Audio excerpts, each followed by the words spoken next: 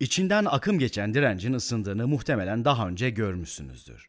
Hatta direncin içinden geçen akım oldukça fazlaysa dokunduğumuzda fena şekilde yanabiliriz. O yüzden dikkatli olmak lazım.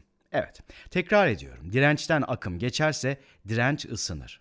Neden böyle olduğunu gelin birlikte anlamaya çalışalım. Akım geçen direnç neden ısınır? Hatta bu geçen akımın direnci belirli bir sürede tam olarak ne kadar ısıtacağı hesaplanabilir mi? Bu videoda hesaplanabileceğini göreceğiz. Fakat ondan önce direncin akım geçtiğinde neden ısındığını anlamaya çalışalım. Buraya çizdiğimiz direnç ve akımla bunu anlamaya çalışalım. Pozitif yükleri görüyoruz. Aslında pozitif yükler tam olarak tel üzerinde hareket etmez. Fakat fizikçiler böyle hareket edermiş gibi düşünürler. Çünkü bir yöne doğru giden pozitif yük, diğer yöne doğru giden negatif yükle eşdeğerdir. Bu yüzden teknik olarak yanlış olsa da pozitif yükleri kullanabiliriz. Tüm o negatif işaretleri kullanmak zorunda değiliz. Az sonra yapacağımız açıklamanın hepsini ters yöne giden negatif yüklerle de anlatabiliriz. Fakat negatif işaretlerle uğraşırken daha dikkatli olmamız gerekir. Çünkü konsept açısından negatif işaretler işimize o kadar da çok yaramayabilir. Bazı şeyleri görmemize engel olabilirler. Şimdilik pozitif yükleri kullanıyoruz. Ama aslında hareket edenlerin ters yöne giden negatif yükler olduğunu aklımızdan çıkarmayalım. Evet, dirençten geçen pozitif yüklerin direnci ısıtmasının nedenine bakalım. Akım dirençten geçerken bir potansiyel fark oluşturur. Yani şu iki nokta arasında elektrik potansiyel farkı oluşacaktır. Sonuç olarak dirençte voltaj oluşuyor. Daha teknik olması açısından delta V diyelim. Çünkü elektrik potansiyel farkını ifade ediyor. Direncin bu tarafındaki V1 elektrik potansiyeli diğer tarafındaki V2 elektrik potansiyelinden farklı olacaktır. Peki neden bu önemli? Yüklerin en son uğradığı yerde düşük elektrik potansiyel oluşur. Elimizdeki pozitif yükler yüksek potansiyelli yerden düşük elektrik potansiyele doğru hareket ediyorlar. Bu da demek oluyor ki elimizdeki yüklerin potansiyel enerjileri de değişiyor. Elektriksel potansiyel enerjileri fazlayken dirençten geçmeleriyle daha düşük hale geliyor. Yani elektriksel potansiyel enerjileri azalıyor. Eğer bu biraz bizim kafamızı karıştırdıysa elektrik potansiyelin tanımını hatırlamaya çalışalım. Elektrik potansiyel, yük başına düşen elektrik potansiyel enerjidir. Mesela buraya da bir sayı verelim. Örneğimiz biraz daha somutlaşsın. V2 bir klomp başına 2 joule olsun. Bu da demek oluyor ki o noktadaki bir klomp taşıyan yük 2 joule kadar elektriksel potansiyel enerjisine sahip. V1 daha fazla olduğuna göre klomp başına 6 joule elektriksel potansiyel enerjisi olsun. Yükler direnç boyu hareket ettikçe elektriksel potansiyel enerjileri azalacak. İyi de bu enerji nereye gidiyor? Yüklerin elektriksel potansiyel enerjileri azalıyorsa aradaki enerjiye ne olacak? Acaba kinetik enerjilerini arttırıyor olabilirler mi? Yüksekten bir top bıraktığımızı düşünürsek zamanla yerçekimi potansiyel enerjisi kinetik enerjiye dönüşür. Bu yüzden de top zamanla hızlanır, değil mi? Burada gördüğümüz potansiyel enerjinin kinetik enerjiye dönüşümü belki bizim sistemimizde de oluyordur. Peki yüklerimiz potansiyel enerjilerini kaybedip hızlanabilir mi? Bu pek mümkün değil. Çünkü direncin bir tarafındaki akım diğer tarafındaki akıma eşit olmak zorunda. Yükler hızlanmıyor. Potansiyel enerjileri kaybediyorlar fakat hızlanmıyorlar. Şimdi kafanız biraz karışmış olabilir. Çünkü potansiyel enerji kaybının hızlanmaya yol açacağını düşünüyoruz. Fakat burada yükler hızlanmayacak. Burada yüklerin farklı bir amacı var. Bunlar direnci ısıtacak.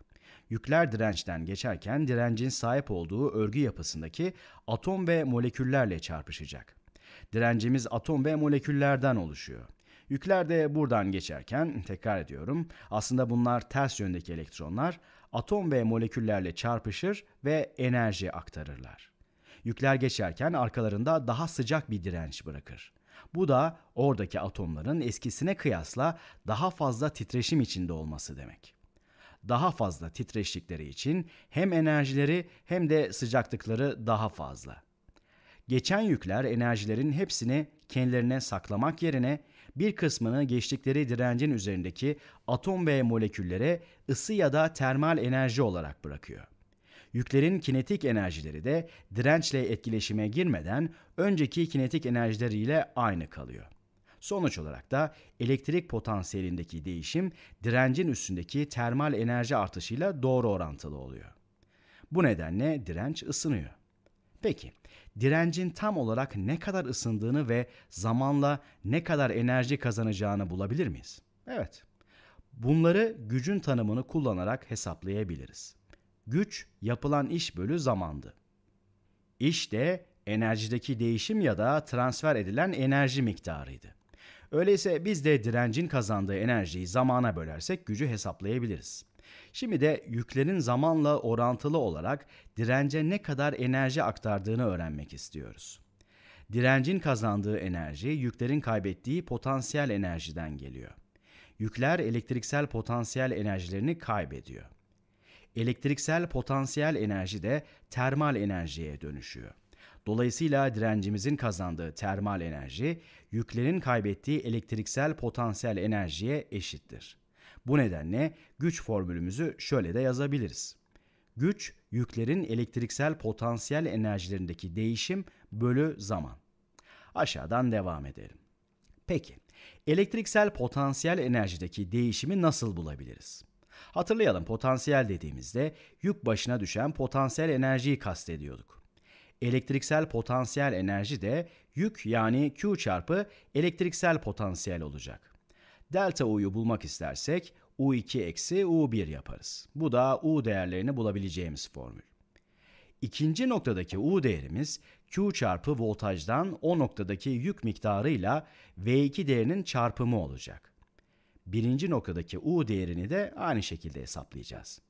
O noktadaki Q, ki bu yük miktarı da sabit kalmalı çünkü dirence giren yükler çıkmak zorunda, çarpı V1 olacak. Elektriksel potansiyel enerjideki değişimi bu şekilde bulmuş olduk. Başka bir ifadeyle yazmaya çalışırsak yükü sabit olarak başa çekebiliriz. Bu sayede gücü ortak çarpan olarak Q çarpı V2, V1 farkıyla hesaplayabiliriz. Bu değer delta U'yu bulmamıza yarıyor. Delta U için basitçe Q çarpı V değerleri arasındaki fark diyebiliriz. Fakat gücü bulmak için bu değeri bir de zamana bölmemiz gerekecek. Peki V2 ile V1 arasındaki fark ne? Bu da direncin uçları arasındaki potansiyel farkın yani voltajın ta kendisi. Formülü baştan şöyle yazabiliriz. Q çarpı delta V, direncin uçları arasındaki voltaj bölü yükün direnci baştan sona geçeceği süre. Şimdi ortaya heyecan verici bir durum ortaya çıkacak. Güç formülümüzün içinde dirençten geçen yük yani Q bölü yükün direnci geçeceği süre var. Fark ettiniz mi? Bu akımın tanımı. Q bölü zamanı ayrı yazarsak güç Q bölü zaman çarpı delta V'ye eşit olacak. Q bölü zaman akımdı. Bu nedenle güç dirençten geçen akım çarpı direncin uçları arasındaki potansiyel fark olacak. Elektriksel gücün formülünü böylece bulmuş olduk. Bu formül bize birim zamanda dirençte kaç jül termal enerji ortaya çıkacağını söyleyebilir. Bu yüzden birim olarak jül bölü saniyeyi kullanıyoruz. Başka bir deyişle watt. Çünkü buradan saniyede ortaya çıkan termal enerjiyi bulabiliriz. Eğer de güç değeri 20 watt çıkarsa her saniye 20 jül kadar termal enerji ortaya çıkıyor demektir. Bu formül sayesinde bir lambanın, bir tost makinesinin, bir televizyonun ya da herhangi bir elektronik cihazın ne kadar enerji kullanacağını hesaplayabiliriz. Bu sayede elektriksel potansiyel enerjinin termal enerjiye, ışığa, sese ya da herhangi başka bir çeşit enerjiye dönüşebileceğini görebiliriz. Formülümüzü bulurken hiçbir zaman bu termal enerjidir demedik. Sadece E dedik. Yüklerin potansiyel enerjisindeki değişimden ortaya çıkan herhangi bir tür enerji olduğundan bahsettik. Bu da her zaman doğru olacak. Her zaman elektriksel potansiyel enerji başka bir enerjiye dönüşecektir. Bu ısı, ışık ya da ses olabilir. Bu prensip sadece dirençler için geçerli değil. Elektriksel potansiyel enerjiyi başka bir enerji formuna çeviren neredeyse bütün elektrik devre elemanları için geçerli. Bunu başka şekillerde de yazabiliriz. Başka şekillerde de karşımıza çıkabilir. Şunu kopyalayalım. Ekranımızı biraz temizleyelim. Güç formülümüzü şuraya yerleştirelim. Ohm kanunundan delta V'nin akım çarpı direnç olduğunu biliyoruz. Yani delta V eşittir I çarpı R. Bu iki formül de doğru. Güçteki delta V yerine akım ve direnci yazabilirim. Bu sayede devre elemanın gücü için alternatif bir formül çıkarmış olduk. Formülde 2 defa akım ifadesi geçtiği için akım kare olarak kullanabiliriz. Voltajı bilmediğimiz fakat akım ve direnci bildiğimiz durumlarda bu formülü kullanabiliriz. Bunu başka bir şekilde de ifade edebilir miyiz? Ohm kanunundan akımı bulmaya çalışalım. Akım delta V bölü direnç yani R olacak. Güç formülümüzdeki akım yerine bu ifadeyi koyalım. Şimdi güç delta V bölü direnç çarpı delta V oldu. Delta V'nin karesini direncin uçları arasındaki potansiyel farkın karesinin direnç değerine bölünmesiyle bulabildik. Voltaj ve direnç değerlerini biliyorsak fakat akım değerini bilmiyorsak bu formül daha kullanışlı olabilir. Bildiğimiz verilere göre direncin kullanıldığı güç değerini farklı şekillerde hesaplayabiliriz. Bu formüllerin hepsi aynı, hepsi de doğru sonucu verecektir. Elimizde olan probleme hangisi daha elverişliyse aralarından seçebiliriz. Özetlersek, akım direnç üzerinden geçerken elektriksel potansiyel enerjiyi termal enerjiye dönüştürür. Biz de saniyede dönüştürülen elektriksel potansiyel enerjiyi akım çarpı voltaj, akımın karesi çarpı direnç ya da voltajın karesinin dirence bölünmesiyle hesaplayabiliriz.